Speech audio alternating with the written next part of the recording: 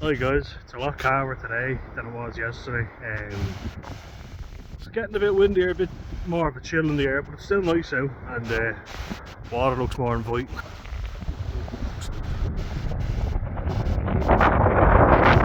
I'd say the sun's kind of hiding in there.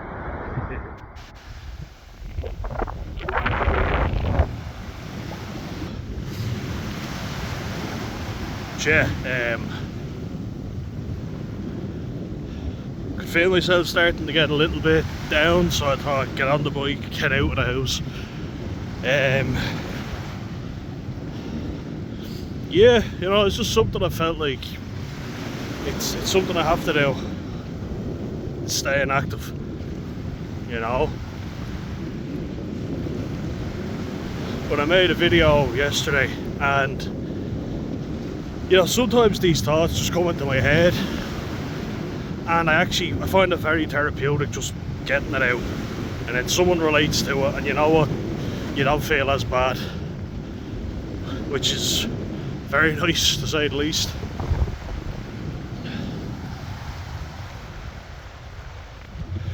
But yeah, since we got Disney Plus, you know, and you see all your old favourite films when you were a kid,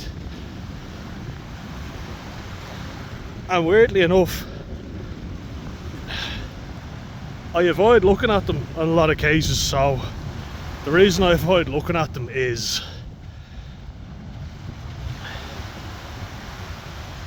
because I kind of feel, where the fuck did I go wrong? You know what I mean? How did I go from that innocent little kid playing with his dog and watching movies like that to literally sitting on a park bench with the fella shooting up a speedball? You know, so it was he had mixed cocaine and heroin together.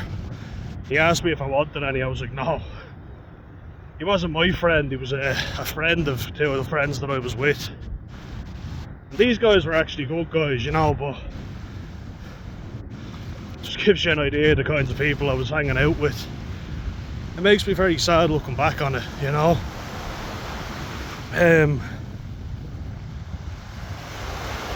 So like, if ever there was a film on from my childhood, I remember not being able to watch it, you know.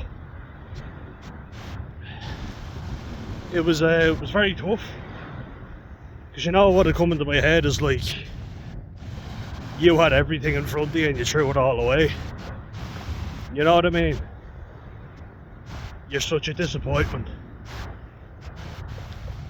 That's instantly what comes into my head, you know? It's like, you had all this, and you went from a sweet innocent kid to this, sitting with some scumbag who's shooting up a speedball in his arm. It's very sad to think, isn't it? So I guess that's one way where shame and guilt comes in useful, because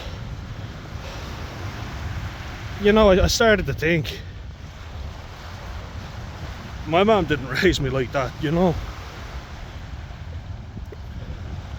My dad had come from a harder life, definitely, you know, and it's probably why it wasn't easy for him to be a good dad. The more I think about it, like, it gets hard, you know, it does.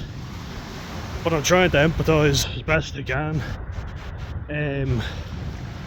Certain things he would have witnessed growing up that obviously messed him up. And you try and empathise, you know, you do. You know, I always tried to make him happy and have a good relationship with him.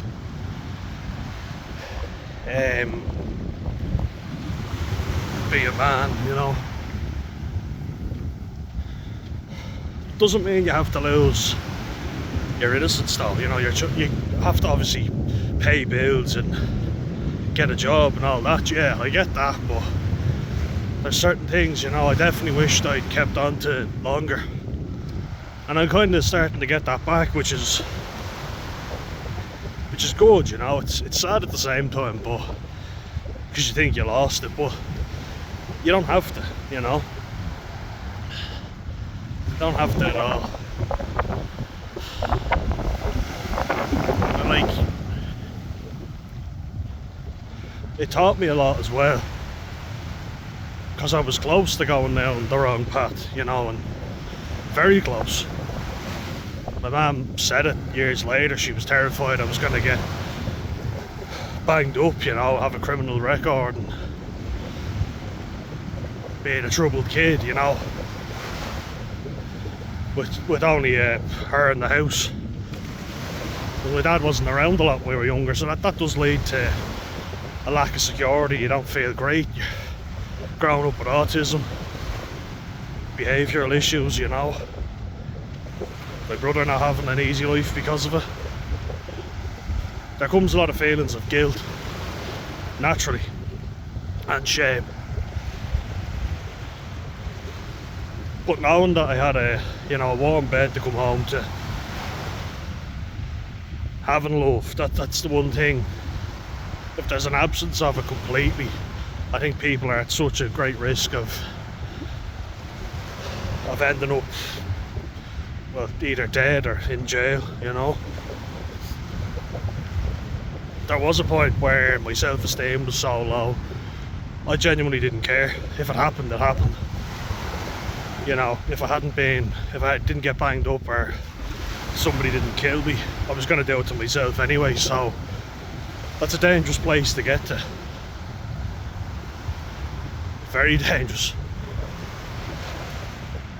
And how it happened was just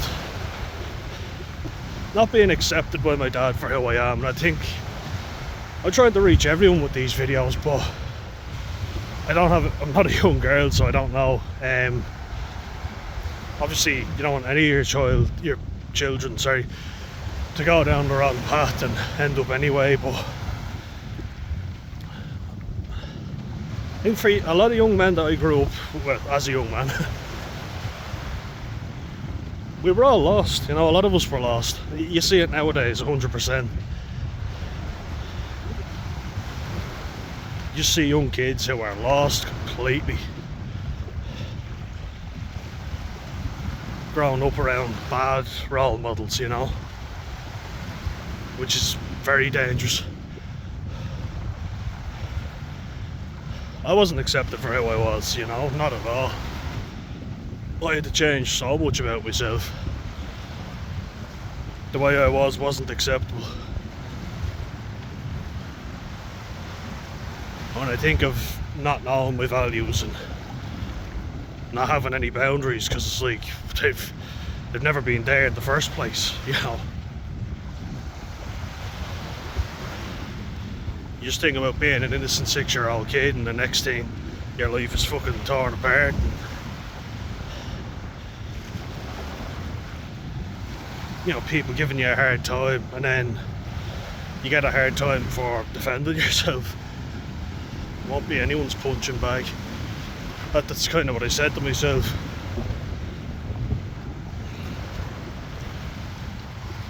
Trying to worry about others when you can barely look after your fucking self. It's very tough, you know. And you have to keep reminding yourself that life isn't a movie, you know. Everyone living happily ever after. Life goes on after the event.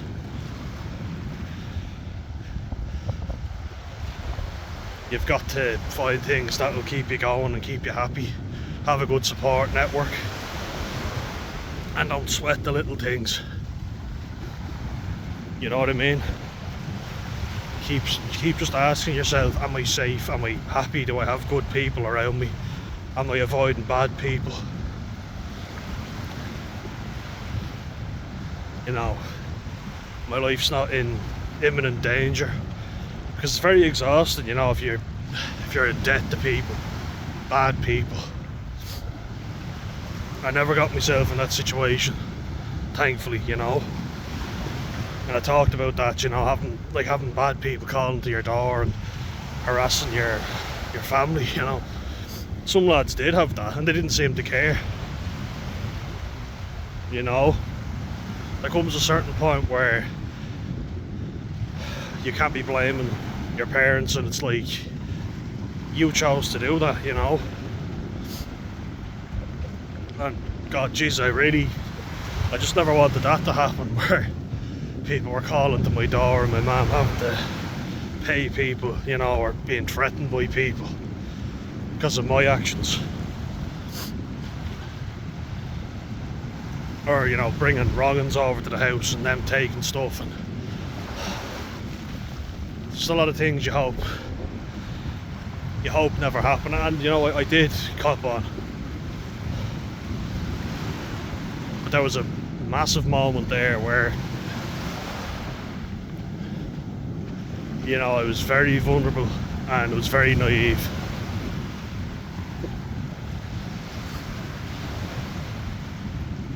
And very low.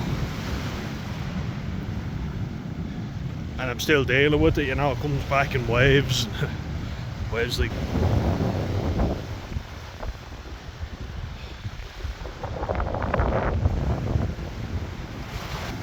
Feel the sun coming out now.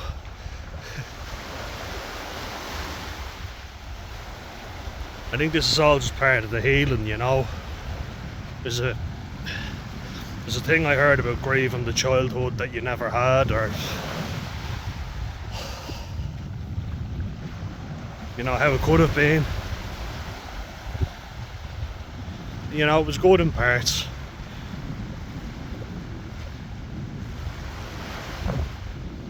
Like, there are days where I wake up and I wish, you know, I didn't have autism, that I could reach all the same milestones as everybody else and just be normal. But I think about stuff in a different way, and I'm able to give a unique perspective because of it. You know?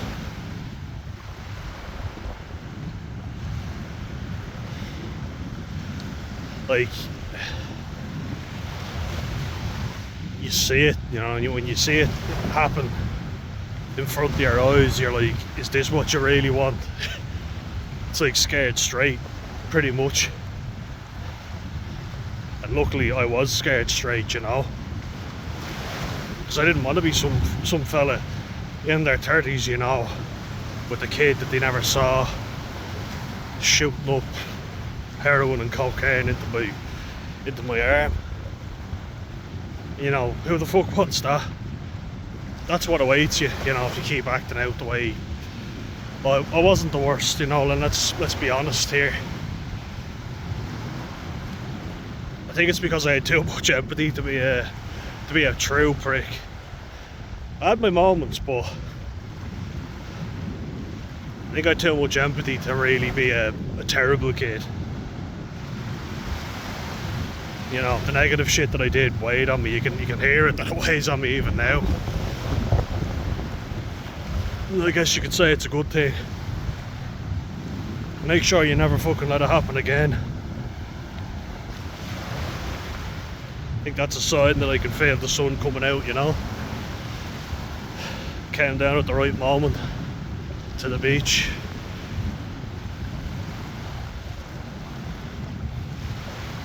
It's times like this where, you know, I've been through an absolute shitstorm.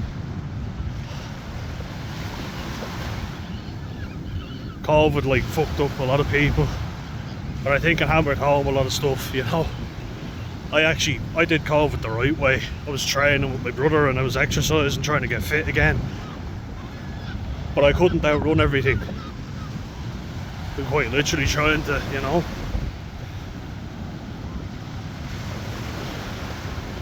It's unique, you know, my situation, because I can relate to a lot of the kid who went down the wrong path, that type of shit.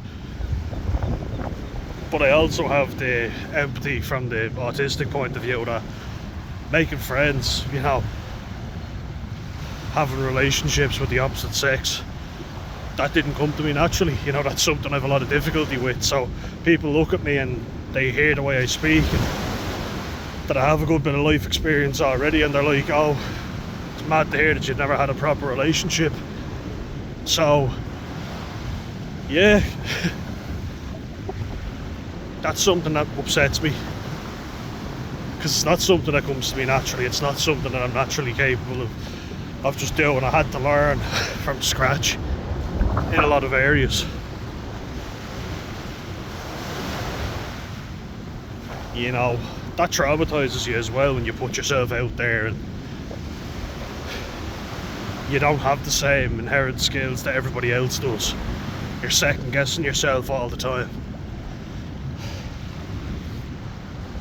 But at the end of the day, as I say, knowing I had a family to go back to, even just one person is all you need, really. You know, someone who was there to give me a hug and let me know that it'd be alright. And then you kind of feel like, I can't bring this shit upon the house, you know? And nor do I want to. You know, you see kids that get in over their head and they just don't seem to care about other people. And I just wanted a feeling of security as someone who, and I always talk about it, but not having to fight my own battles all the time and people there to help me out. Before I get into that, check out the colour of the sea now, it's amazing. Oh, an aquamarine.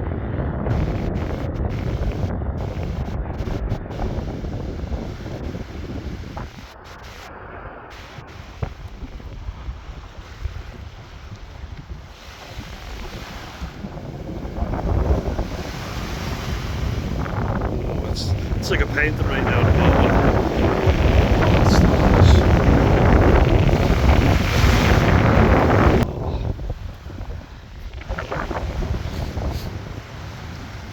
But you know, there's often been times where I was out and my mum was worried sick about me, and she didn't even tell me, and it upsets me to think about that. But I came home, you know, and that's always the thing that I do pat myself on the back and say you did the right thing. You could have done the wrong thing, but you didn't. I didn't want to, you know, that was the thing. But if you have a group with you, you know, I think I just wanted someone to go, I've got your back. If anything happens, if shit hits the fan, I'm here with you, you know. If a fight breaks out, I will have your back. That's the thing that a lot of young lads are looking for, you know. And if they don't get it, they're going to seek it out. Because like, I would never have classed myself as a bad kid. No. Troubled, yeah. But, you know, I have autism at the end of the day. I can struggle with things that people take for granted. And as I've said before, the world's a lot more empathetic of it now, which I'm grateful for. You know, if I was born in, even, you know, the 90s or the early, sorry, I was born in the 90s, but what I mean is, say if I was an adult dealing with this in the 90s or the early 2000s, there was a lot less understanding. We've come a long way. I guess my story is very unique. You know, a lot of people are quite intrigued to hear about it because they expect me to have been a loner and not have done an awful lot, which I think is quite sad. I mean, I have spent a lot of time alone, trust me, but I've dipped my toes in a lot of different seas.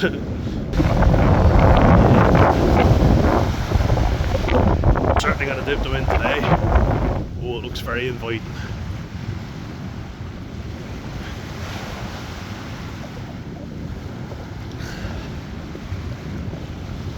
But yeah, life does move on so fast, you know, and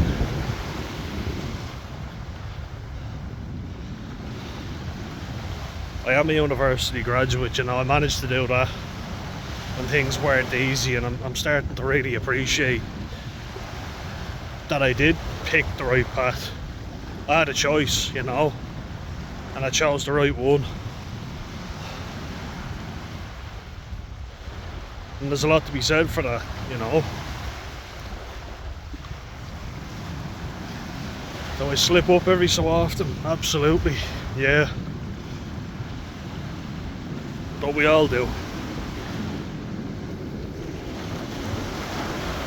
No, I talked about it yesterday, but there's nothing more tragic than someone who came from a warm, loving family and they never spoke out, you know, they never talked to their family about it. Maybe the dad felt like he wasn't able to connect with his son. I mean, or daughter, as they say, but no about being a son anyway. He just felt like he couldn't reach out, and then what always gets me is when you see them as a kid, the innocence, you know, and how that gets taken away from them. I find that very sad, you know.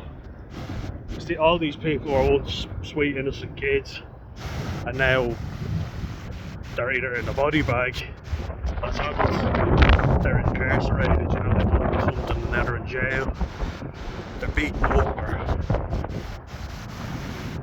you know, the last thing I wanted was to come home beaten up with black eyes all over me or covered in blood, and my mum wonder, you know, what happened to you, and be worried sick.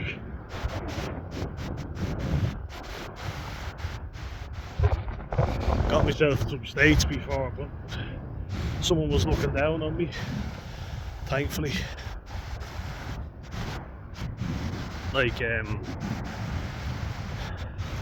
some of the lads I was in school with, you know, they had been kicked out of a private school, and you just hear that their family wanted to send them there. They were telling me, you know, they weren't from these underprivileged backgrounds. Getting kicked out of a private school, ending up in my school. That's what we kind of were. We took in all the lads who got kicked out of the private schools. But then they end up junkies, you know, in hostels. I don't like that word, but that's what they were, you know. And you know, you can't spend too much of your life worried about everybody else. No, you have to worry about number one.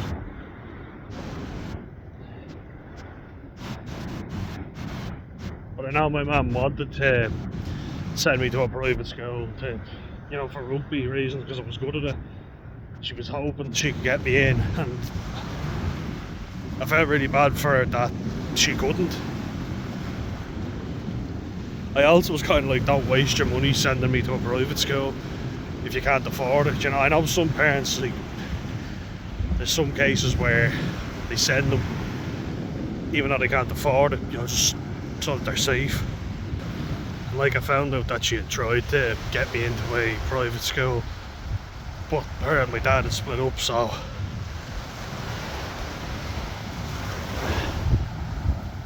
you know, my mum couldn't afford it on her own, and kind of didn't want her to be forking out loads, you know. There came a lot of feelings of self-loathing for me, you know. Kind of a sense of, you know, I didn't deserve it, so didn't want her to waste her money on me. Because I kind of thought, you know, I'd probably not make it anywhere anyway. There was also, like, it got to a point, right, so as I was leaving school, I remember saying, if I don't get the Susie grant for college, then I didn't want my mum and my dad paying for it, you know, because I said I'm not worth it, do you know what I mean? So if I don't get the grant for it, I don't want them forking out for it. There was a lack of self-belief there too, you know. There really was. I'm sure I remember saying it to you. My dad said I didn't think you'd be able for it.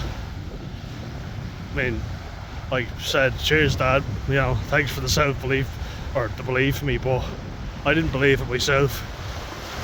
I was the same as him, you know, so you can see that low self-esteem. And I don't think people take that into account.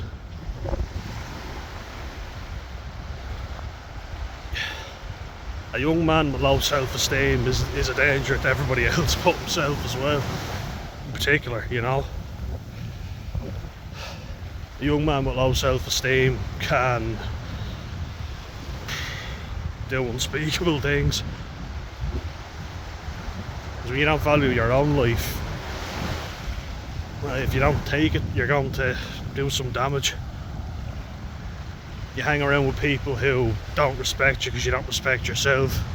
You don't respect them either. You don't care really. They're not friends, they're just acquaintances to be, to smoke weed with or drink alcohol with. And those are a lot of people I surrounded myself with. And I wondered why, I often feel a sense of guilt to my mum in particular that I didn't turn out better, It was because I took what was the first thing that was available, Just felt grateful to have anyone.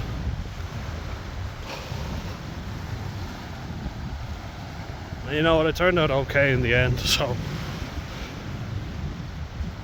But you see all the undealt with shit, how it creeps up. You can't help it, it creeps up anytime, I don't say it to be negative, I want to use these moods to help others when I can. You realise that I'm constantly second guessing myself and everything that I do, so if you do that, you're not alone. Believe you me. It takes a lot of work to get over it. A lot. But together we can, guys. We're not alone, thankfully. So what I'd like to finish on is just to go, you don't have to lose your inner child, You can keep that, be a big kid. Within reason, there's obviously life responsibilities and shit that we have to do, but it's great being a kid, isn't it? So why would you want to lose it?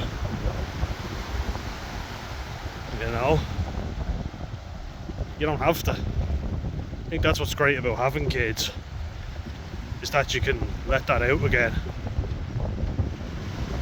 A lot of people don't, My dad never did. He wouldn't even push the pram because he said men don't push prams. That's what my mum said. He wouldn't even push me in the pram. Like, for fuck's sake, you know what I mean? Like, what fucked up existence did he have that he thinks that way? I see loads of men pushing prams nowadays. But you kind of get the mindset that I was brought up with by him when he would come in and out of our lives. It's very much look after number one. Man up, stop acting like a kid and don't enjoy anything. There was a real sense of, oh, that'll be over soon, it's back to the grindstone. I hate hearing that. Back to the grindstone, I fucking hate that expression. Fuck that. Enjoy the good times while they're there. Life doesn't have to be fucking miserable. He always seemed to make out that it did, but it doesn't have to fucking be.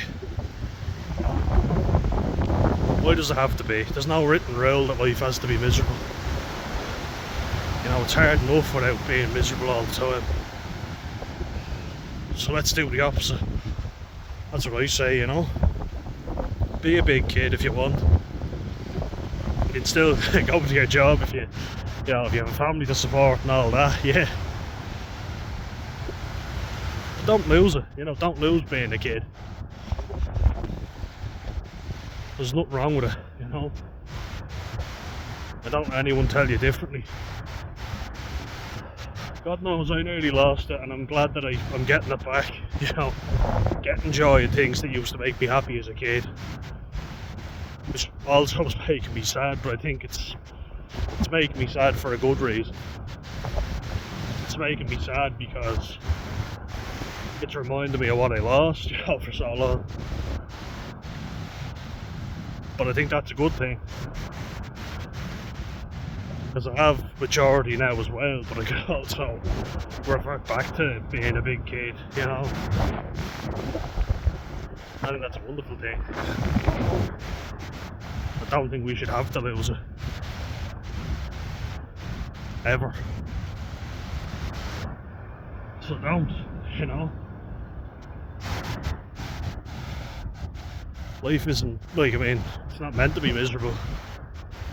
People seem to act like it has to be, but it doesn't. Anyway, it's another long rant out of me, but stay well, guys.